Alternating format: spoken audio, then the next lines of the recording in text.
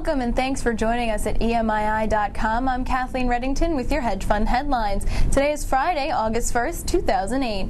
According to the Greenwich Times, Vestar Capital Partners is buying Unilever's North American laundry business. This move means about 75 workers in Trumbull and Stamford will have a new employer.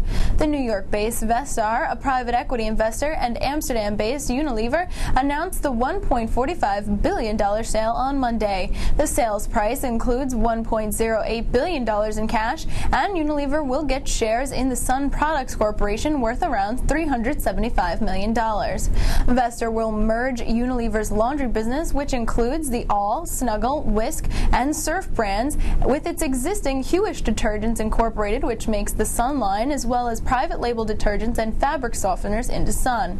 Staying with hedge fund news, the Financial Times is reporting that David Einhorn, the hedge fund manager whose Greenlight Capital invests about $6 billion, is eyeing investments in distressed debt but is waiting for prices to fall further. "We're not there yet," Einhorn said in a video interview with the FT. "We have not yet begun purchasing distressed debt." Einhorn's funds have had consistently high returns through taking both long and short positions, mostly in the equity markets. Einhorn has been in the spotlight due to his bet that shares of Lehman Brothers would fall.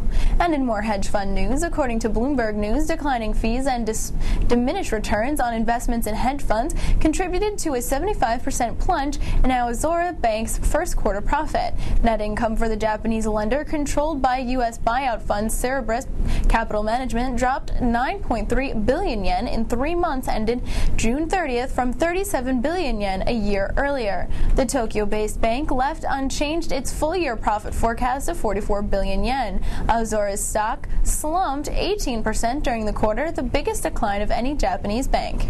And in other hedge fund news, Lindsay Jones is back in Hong Kong after an absence of several years, which she has circumnavigated the globe with a fund of hedge funds, House FRM. According to Asian Investor, she has now returned to Hong Kong with the firm after spells in London and Australia. She will handle sales in FRM's new Hong Kong office and will continue to report functionally to Mark Reinisch, director based in London. FRM manages $15 billion and is headquartered in London. It already has offices in Japan and Australia, which both opened at the start of the decade. And that rounds out your hedge fund headlines. Thanks for joining us on EMII.com. For more details on these stories and much more, click onto our hedge fund channel online, read the full stories and latest developments.